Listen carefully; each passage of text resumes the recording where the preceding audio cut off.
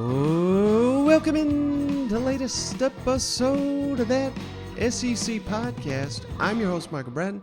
I go by SEC Mike on Twitter. And I'm joined, as always, by my cousin Shane, who goes by Big Orange Vols on Twitter. What are you up to, you big Tennessee homer? Hey, buddy, what's going on? Hey, I say you join me every time, but it's been about a month. How you been, brother? Oh, I know. Do you recognize the voice, Mike?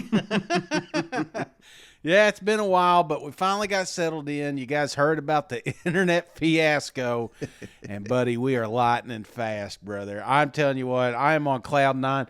You don't understand how this is how we used to do the pod. So I would Skype from the phone. So I couldn't do anything on the phone because I needed every ounce of internet that it was providing for that. I had a laptop that I record the podcast from, but I can't use it during the podcast because you use two things together in that house, buddy, you might as well kiss it goodbye. You know, and if there's a cloud inside, you know how HughesNet was. It was over. So now I've got the laptop up here. I can fact check myself. I've got the phone up. It's just so many gadgets. I'm going to try to stay focused because usually I just focused on talking to you. Now I got all these little gadgets laying around, you know, so if I start drifting, you just let me know. I'm sure that'll be happening anytime soon. Oh, you know it. You know, we were joking before we started recording, Shane. It's a dead time out here in the college football landscape. We're deep into spring, heading into summer. Not a ton going on, but I got to credit you, buddy, for I said it already on the show. This was 100% your idea, but a couple weeks ago we put out all the graphics with the schedules, and we just got an overwhelming response. We asked each fan base, what do you think your record's going to be in the regular season based on the schedule? And again, we got so much content out of that, Shane. I thought I'd squeeze a little bit more. I just wanted you to be aware, run down this list of how the fan perception is, Shane, of each team in the SEC, and then we'll wrap up. My buddy Steven Lassen from Athlon Sports got me the college football preview magazine, so I thought we'd just run down real quick where Athlon's got the SEC tracked this season. How's that sound, buddy? Yeah, I think by year 8, I'll probably get an Athlon book. You know, just throwing that out there. Well, I'll tell you what, Shane, Steven and I are going to connect face-to-face. He hand-delivered this one. We're going to meet again in about a week and a half, and we're going to do 2 episodes, buddy, of breaking down the East, breaking down the West. I'll see if I can't get you one, if you'll bring one more Athlon for Cousin Shane. My ass is still walking in the grocery store like everybody else, saying cuss words under my mouth as I get to the self-checkout to buy my own damn magazine. But all right, Shane, so as for the fan predictions, let's go with the SEC East to start out, and we're going to start at the top of the list. No surprise. I just put these out in order of what I kind of assumed the preseason magazines and everything would have these teams. So I went with the Georgia Bulldogs, and far and away, the easy answer, Georgia's record by the end of the season. What do you think that was? 12-0. 12-0. I mean, it was not even close, Shane. Georgia got more undefeated votes than Alabama, believe it or not. Now, maybe that's because they're in the East and Alabama's in the West, but still, it just blew me away that nearly 5 times as many people think Georgia's going to go undefeated than think the Bulldogs will go 11-1. Any surprise with that? No, because this is something we've talked about all offseason. I think not only is Georgia going to be just as talented, maybe not, I don't know. I mean, we're going to figure out real quick how talented this bunch is, but there's a reason there's all those 5 stars down there. But I love the schedule, and the scheduling couldn't be more favorable for the Georgia Bulldogs. So I'm all for this one. If I'm voting, I'm going 12-0 right now. There's a few games, you've got that little asterisk by that may sneak up and catch the Bulldogs off guard. But if the stars are aligned, I would imagine Georgia's going back to Atlanta undefeated. Now, how about the Tennessee Vols, Shane? What do you think the number one response was for your Vols? Shit, 12-0, baby. No, sir. That is Oh, incorrect, no, I'm believe just it or kidding. not. I'm just kidding. I'm just kidding. I would say realistically, our fan base would probably be around the 8 to 9 game win streak or win mark. Yeah, bingo. 9-3 was the most given answer, but 10-2 was the second most. So, hey, those momentum is high on Rocky Top, and I know you joke 12-0. You're aiming high, but I got to think year 2 under Josh Heupel, 9-3, can't be too disappointed with a record like that if that's what actually happens. No, I think we'd be very happy if that happens. 9-3. I mean, obviously 10-2 is even better, but if we're looking at we just want improvement, Mike. Right. We took a huge step last year, and if we can continue to do that in the next following seasons, that's where we miss it. You think about the Butch Jones and the Lane Kiffins and all that stuff. It's the years that follow the first that you're like, okay, are we seeing the improvement? Are we really competitive in the East? Are we going to be an SEC contender sooner than later? And that's what we're going to find out year 2. And so I'm excited, and I am one of the optimistic ball fans, and I could realistically see a 9-game win total, in my opinion. Now, how about the Kentucky Wildcats, Shane? Next on the docket, what do you think the fans most predicted for Mark Stoops and company? I expect high marks from Kentucky. Again, this is another schedule thing that I really enjoy. I've been high on Kentucky, so I'm going to say it wouldn't blow my mind if it was 10 wins. Close. Very, very close, Shane. 9-3, but that only got 2 more votes than 10-2, so like you're saying, I mean, my goodness, imagine when Mark Stoops took over that job, what was it, 7 seasons ago, I believe, that fans are expecting 9-3, 10-2 type record, but that's where Kentucky football's at. They won 10 games last year. I think a lot of the fans were disappointed. The season could have went even better. They're there, Mike. I mean, if you're a Kentucky fan, you're looking at the ingredients, and you got all the ingredients to make a hell of a run, and you just need the start. You just need everything to line up, and I think there's a lot of optimism coming out of Lexington. That's why I went with 10, because I can see 10. I can see 9, and it's crazy walking away from either one of those. I still think the Wildcats will be happy, but I think this is the year, man. This is the year they're really wanting to make some noise in the East, and like I said, I think they got the ingredients for it. So I'm all for the optimism out of Lexington. Now, how about the Florida Gators, Shane? What do you think the fans most predicted for Billy Napier's first squad?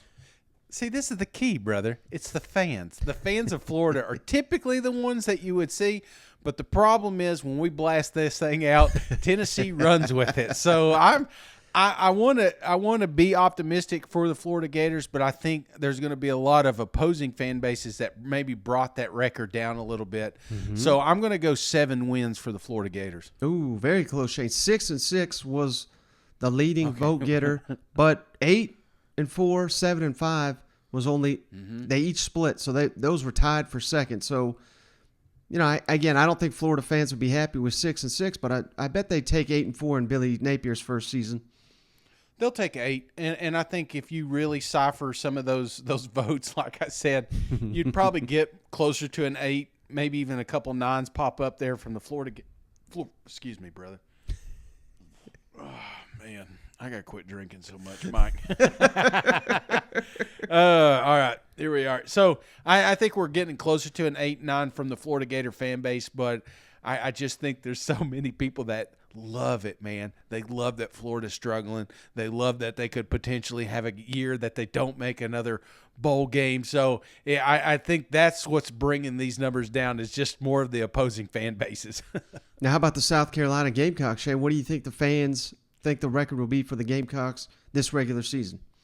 Well, this is a wild one because, I have talked to a spectrum of South Carolina fans, and it varies. There's a lot of people that are extremely optimistic. There's a lot of people that are skepticistic. Is that even a word, skeptic? Pessimistic.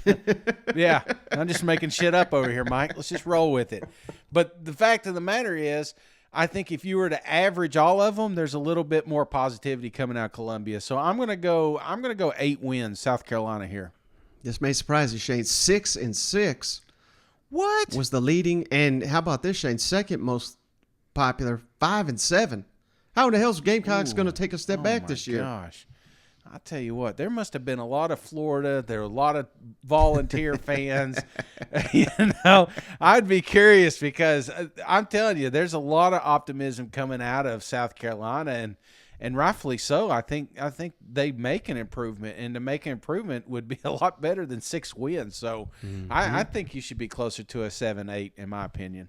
Now, how about Missouri Tigers, Shane, coming off a disappointing season, but still a lot to like about the recruiting efforts under Drinkwitz. They got to find a quarterback. So what do you think the predicted record was for the Missouri Tigers? I still think it's going to be over bowl, so I'm going to say 7 on Mizzou. That was the third most popular, Shane. Most popular, 5-7. Ooh. With second most popular, 4-8. So, hey, I gotta be honest with you, Shane. If I'm a Mizzou fan, I know this is disrespectful, but this is where you want to be, because they're kind of like the Auburn of the East. You know, when you got high hopes for them, they crash and burn. When you got no expectations, they jump up and they catch a team or two. And I think you were a lot closer with your first guess than what these fans are. 7-5, that type of record, I could certainly see. I think because you always got to factor Missouri's schedule, and it's going to be favorable this year, and kind of like what you said, nobody's talking about them. There's just they're not on. Nobody is standing in line to hear what Coach Eli is going to say at media days. You know what I'm saying? Mm-hmm. But that's exactly where you want to be, especially if you're breaking in a new quarterback.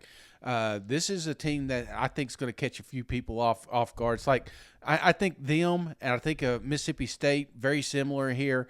I think the fan base kind of know. I think they know they've got some potential there. They just need to see it from quarterback. And I think after a couple of weeks in Eli's system, I think they're going to get in line and start realizing that Mizzou's further along than we thought. Mm-hmm.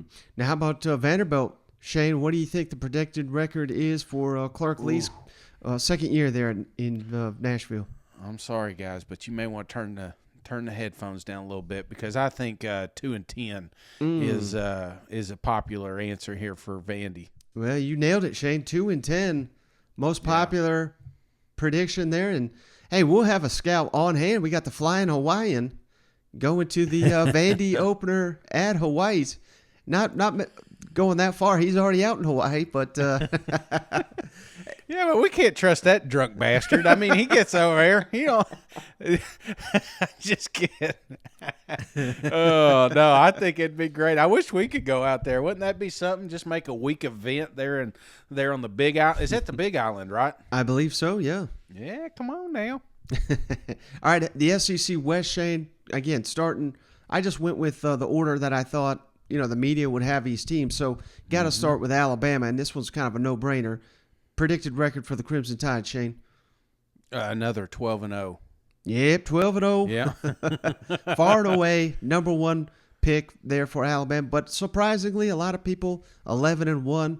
And again, a lot of road trips for Alabama this year, Shane, at Arkansas, at Tennessee, at LSU, at Ole Miss. And, of course, they got to face the rest of the West Gauntlet there. So it wouldn't be stunning to me if Alabama lost the game. You know what?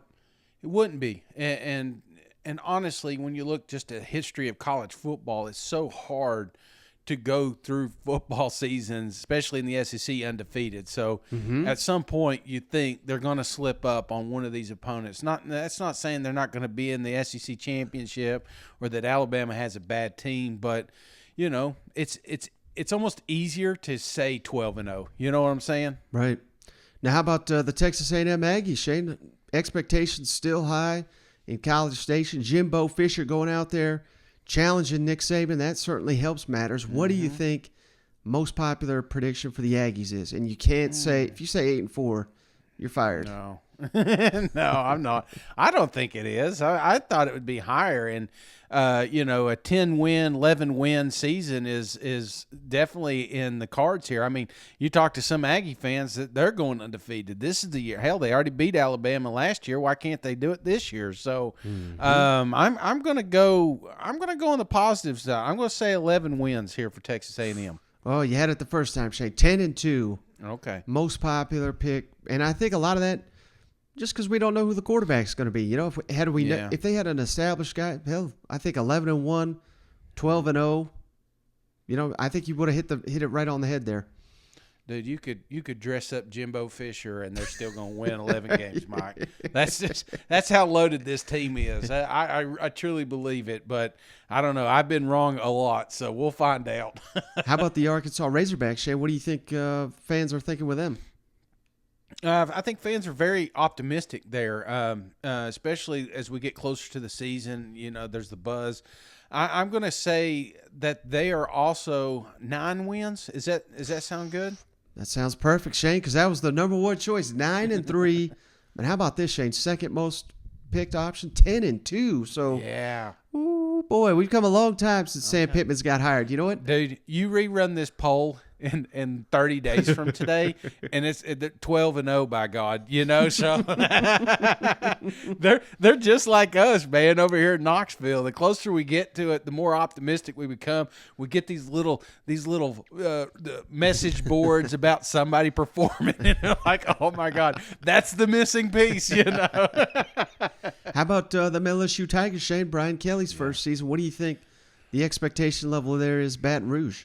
Yeah, this one I've gone round and round with, but I still think fans just expect to win down there. So I'm going to go 7 wins LSU. Bingo, you nailed it. 7-5, which again, not the standard there for the LSU certainly, but we just don't know what the hell to make of this team with all the moving pieces and the new coaching staff. You know what? Well, that's it. New coaches, new players. It doesn't matter. It's still the same old Baton Rouge, and they're expecting to compete. So that's why I think fan base is obviously going to be a little bit higher on these guys, and I think 7's a good spot for them. How about Ole Miss, Shane? Lane Kiffin and company won 10 games last season, but do you think they take a step back, at least according to the fans? I think this is similar to probably the Florida situation, South Carolina. It's going to be more bashing than it is acceptance here. Mm-hmm. I think if you go down to the Grove and you just grab some random Ole Miss fan, they're thinking 10-win season. But I think this poll was brought down by a lot of opposing fan bases, so I'm going to bring them down as well to let's say the 8-4 spot. Perfect. That's exactly what it is. 8-4. But the second most popular, 9-3. So again, expectations still pretty high. And considering all they lost with the talent to the NFL, all the transfer portal additions, I think that just goes to show that people got a lot of faith in Lane Kiffin to not have to take a huge step back. Mm-hmm. If they do 8, is that a disappointment? Or if you're an Ole Miss fan, coming off what we did last season, and I know we didn't do this with any of the other ones, but I'm just curious your opinion. If Lane walked off that field final game with 8 wins, right, is that a disappointment? Are we giving him an extension, or what's the fan perspective here? I think it really just depends on who they lose those to. I mean, if you lose, obviously Alabama, you don't want to lose that game, but you'd understand it. You kind of, if memory serves, you beat Texas A&M, so you have to go at home, so you have to go to A&M. I think that you'd forgive them for losing that. The big one, Shane, is if they go 8-4 and lose the Egg Bowl, I think fans will be a little pissed off, to be honest with you, because you've beaten them, Mississippi State 2 years in a row.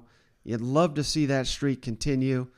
But I think most fans would be understanding if they, let's say 9-3. I don't think they get too mad considering all the unknowns with the Rebels right now. Yeah. Okay. All right. I see that. Now, how about Mississippi State, Shane? Mike Leach and company, is this the season they finally break through? I know they went to a bowl game last year, but what do you think the fan expectation is for them Bulldogs? This is the season they break through, brother. I'm a firm believer. I'm all in. It's just, unfortunately, I'm in a small group of voters. So I expect this number to be brought down a little bit. So give me Mississippi State. Oh, man, I know it sounds bad, 7 wins. I'm going to go 7 wins here. Well, Shane, I'll tell you what. Now, that's not what I think. Right. I'm the one that's jumping on there and saying potentially 9, even a dark horse for a 10 game. I truly think this is the year that Mississippi State just shines, and we're like, damn, this is why the Pirates in the SEC. Mm-hmm. But I think I don't think the other fans are there yet. Well, I think you got one thing right there, Shane. I don't think enough people that voted listen to this show because the number one, there was two options actually, Shane. They tied 5 and 7 or 4 and 8. Golly. So we must have had a lot of rebels voting in this damn thing. You know what? Must be, man. No cowbells. That's what we need. We need some more cowbells. Maybe they got the internet over there, right? Could you imagine? Could you imagine Mississippi State winning 4 games? I mean, no. There's no way in hell, is there? No, they'll have 4 games. They'll have 4 games under their belt before November. You know what I'm saying? Right. I think they're going to be in. I think they're in great shape, and maybe this is similar to the Mizzou talk. Not a lot of people are talking about them, but they got They got a quarterback. They've got wide receivers. They've got a lot of weapons. They got a hell of a defense coming back. I think this is crazy talk to think that they can't even win 5 games. That blows my mind. Now, how about last but not least here, Shane, in the SEC West, the Auburn Tigers. What do you think expectation is for Brian Harson's second year there?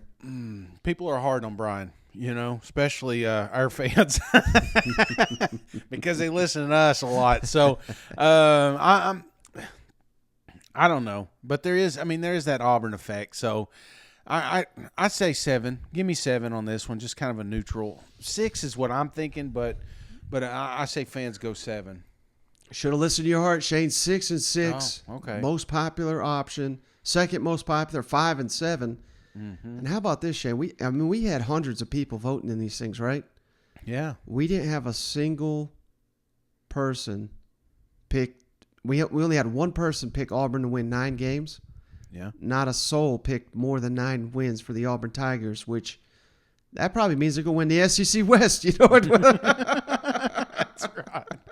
That's right. That's what Auburn does. As soon as you count them out, they come out and kick ass. So, there's going to be a lot of hot seat talk. There's going to be a lot of shit coming off the plains, and I think this is, high expectations is what got Brian in trouble to begin with. So, the fact that you've got I know it's a small sample size, but fans expecting 7, 6 wins, I think that's great for Brian, because if he can walk away with 8 or 9, hell, he's keeping his job, in my opinion. Right. No, that's just going to be such a fascinating team to watch, and I think if they manage to beat Penn State at home, third week of the season, I think there's a real chance they go on a little run here that they may be the surprise of the SEC. Yeah. Well, somebody's going to be the Cinderella, You just don't know who it's going to be. So last thing, Shane, I wanted to run this down real quick. Athlon's projections for the SEC. Let's start with the East. No surprise, Georgia Bulldogs. They must have voted in our poll, Shane, because they got Georgia going undefeated, losing to Alabama in the SEC championship. So no surprise with that one, right? No surprise. Now, Tennessee and Kentucky, though. Number 2, Tennessee. Number 3, Kentucky. Ooh, doggy. But we're splitting the record here. So both 8 and 4, 4 and 4 in conference play. So I got to imagine that, they're giving the edge to Tennessee. That game's at Neyland Stadium this season. But, records aside, I can understand their logic there, don't you think? Yeah.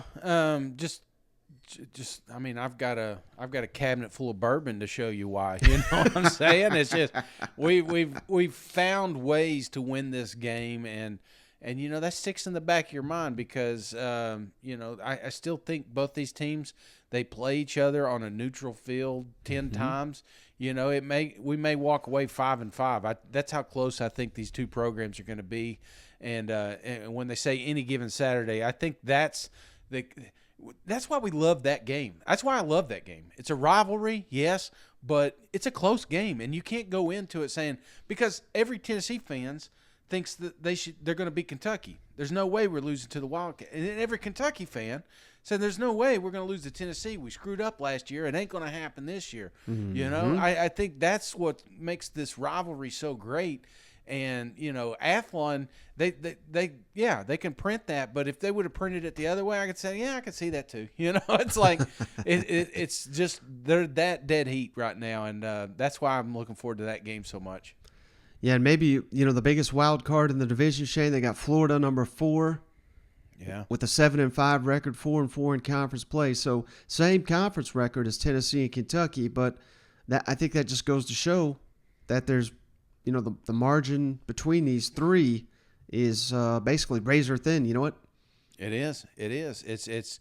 It's who catches who. Out of those three, it's flipping a coin sometimes. I just think the way Florida's schedule goes, I just think that, some of those 50-50 games they play up front. So if they're not hitting on all cylinders early, they could be in trouble. Right, and you got you got to look at Kentucky. They go 2 Gainesville and 2 Knoxville, so that's tricky. But like you said, Florida right out the gate. My God, it's maybe the toughest gauntlet in the first month of the season. You know what? And that's exactly where Kentucky wants them. That's why I like them early. Mm-hmm. Now we got South Carolina, 5th in the East, 6-6 record, 3-5. Again, that's a dangerous team to project. I could see 8-9 wins. I think 6 really is the floor for South Carolina. I think they'll pull an upset or two. They did it last year, and they're going to have a lot better team this year. Yeah, but it's just that's the way the East is shaping up. Just a whole bunch of question marks. Mm-hmm. And as soon as you it's like, okay, I know Georgia's going to win the East. Okay, all right, we got that down, but who's next? And how close is next? It's like, are we talking 1 game, 2 games, maybe potentially competing? It goes all the way down. Here you got a South Carolina team that, man, they got a lot more pieces, man. This may be the year that they're competing. I mean, just all it takes is a good quarterback. And I know he didn't hit on all cylinders at Oklahoma, but now he's got everything he needs around him, and they just gave him the playbook. It's like, right. What do you want to run? And that's what they're going to do. They're going to play everything to his favor. And I don't know, man. They have bought into this kid, and a good quarterback, it changes you. It can take you from the worst team in the SEC to the best in a year. Now 6, Shane, they got Mizzou 5-7, and Vandy number 7, of course. But hey, 3-9 for Vandy. Oh, that'd be a big step in the right direction there. I mean, you'd like more wins than that, but. Hey, they're getting some respect out of Athlon. It's sad, though, that you can even say that, with 3 wins. That's terrible, Mike. This is SEC, man. And it's not a SEC. It's not like they're the only one playing 9 SEC teams this year. You know what I'm saying? Right. There's no reason we should question 3 wins. They should have at least 4 locked up and competing for a bowl game. But that's where we're at, and I see improvement, but it's slow. It's freaking slow. And if they drop that game in Hawaii, man, I'll tell you what, it may be tough to watch any Vanderbilt games this year. Now in the West, of course, I said already, Alabama picked to win the league, 13-0, 8-0 in conference play. And when I met with Steven Lassen the other day, he just said, I can't see Alabama winning a damn game. I can't pick one. So that little preview of his when he comes on the show. But, yeah, I mean, he's incredibly high on Alabama. And I don't blame him at all, do you? Nah, it's easy pick. This is we talk about the media days. They always pick Bama to go undefeated. They always pick them to win the SEC championship. It's like you're going to continue to do that while Nick Saban's down there. Now, number 2, you can make an argument. Number of teams belong here, but they got Texas A&M, Shane. Mm-hmm. Again, right there with the fans, 10-2, 6-2 in league play. Yeah. You asked me about who was it? Florida or LSU? I think it was. I can't even. No, Ole Miss is what you asked me about. We just talked about it 5 minutes ago. I can't remember, but do you think it's late. A&M would be happy? Their fans. I know they're not shooting for second these days, but. Hell, Jimbo's yet to win 10 wins. Do you think they'd be happy this year with 10-2, or do you think they should shoot higher? Mike, this is it. I'm telling you, this is the buildup. We tried to do it last year, and then our quarterback got hurt. So It's like we had a whole bunch of excuses, but this is the year. I mean, this is why you paid Jimbo so much money, and you beat Alabama. You can't say we're almost there. You can't say we're building. You're not building. You're built. Right. You need to be winning 11, 12 games, and I think 10's a disappointment. And I know that sounds crazy, but here I'm a Volunteer fan, and in the 90s, I'll never forget after Philip Fulmer won the national championship, how many years were we pissed off that we won 10 games? How many years were we pissed off we didn't go to an SEC championship? It's just you have these higher expectations, and beating – and I'm not comparing Alabama to winning an SEC championship or a national championship, but it's pretty damn close, brother. Yeah. And after you do that, then I want the next thing. And the next thing for Texas A&M is winning an SEC championship. And you can't do that with 10 wins. You sound like an Aggie, Shane. I love it. All right, 3, 4, and I think 5. it's their year, man. You're picking up themes here, but I think Texas A&M, this is the year. 3, 4, and 5 in the West. They're all got the same record, so we can just do them at the same time here. Arkansas, LSU, Ole Miss, 8 and 4, 4 and 4 in conference play. And if nothing else, Shane, I think this is just, again, kind of like the East. There's a glut of teams. It certainly seems like Athlon. You're splitting hairs here between Arkansas, LSU, and Ole Miss. Yeah. Well, I will say this. I think when you look at the East, I think there is a 2A, 2B, and possibly a 3A, 3B. Because when I'm right now, and I know it's early, but I think Tennessee, Kentucky, they're in that 2A matchup. I think South Carolina, Florida, a little closer. And when I'm looking at the West, I think it's Bama and Texas A&M. I think it's one of those two teams, and I think they're in a tier of their own. But I think Arkansas is also in a tier of their own, potentially with Mississippi State, which we didn't even mention, brother. It still blows my mind, and maybe I'm reading the wrong things. You know what I'm saying? We may look back and delete this damn thing, but I think Arkansas, to put Arkansas in the same group of LSU and Ole Miss right now, I just don't think it's there. I think with what Arkansas's got returning, I just think they're in a level of their own. But I do think Ole Miss, LSU, I could see those going back and forth. I mean, it's a good spot with them together. It's just it blows my mind that Mississippi State's not getting the respect. Well, Mississippi State just right there, 7 and 5, number 6 in the West, 3 and 5 in the SEC, and that means, of course, Auburn's number 7, 6 and 6, 2 and 6 in conference play. So, it's pretty interesting, Shane, that we did this little exercise, and the fan expectation for the most part is right there with Athlon Sports, one of the most reputable preseason magazines. I just thought that was kind of interesting how they lined up on a lot of these things. See, you don't even have to buy the thing now. No, I'm just kidding. Sorry, I'm still a little sour, Mike. Well, hey, buddy, it's a late one, so I'm going to let you get off the line. You got anything else before you disappear for another month? Oh, no, man. I'm back, baby. I'm back. Got internet. I've got to finish the pod setup here, still working on that. But I'm glad to be back on. It's been a long time overdue. We still got a few things we got to do around the new place here, but I am settled in, brother, and I'm ready for some college football. Yeah, no doubt. Baseball's done. Baseball's dead to me, Mike. The sport is dead. I can focus on one sport alone, and that is football, and we are 74 days away from the first kickoff, so I'm looking forward to it. Well, I can't express to you, Shane, how much I enjoy having you back on the show, and you'll get the reaction from the fans. They love it, too.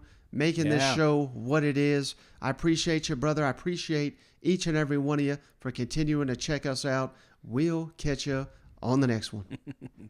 Well, hey, man, before we jump off, I want to thank everybody. A lot of people have reached out, said some positive words. The Big Orange Walk, it's not easy. And I make excuses on why I can't do it. Then I get out there and I feel better every time after I do. And a lot of that's you guys just reaching out and sending out positive vibes. And I know a lot of you others are doing it with me, doing your own form of walk and exercise. So I think that's awesome and very encouraging. And it may be a little too late for my summer bod, but my 2023 summer bod, maybe I get it then. But man, it's been, like I said, very encouraging and very appreciative. And I just thank everybody for reaching out and for the support. But brother, it was great talking to you. I'm looking forward to more football content, and I'll see you on the next one. All right. All right. Take care, brother. All right. Go Vols.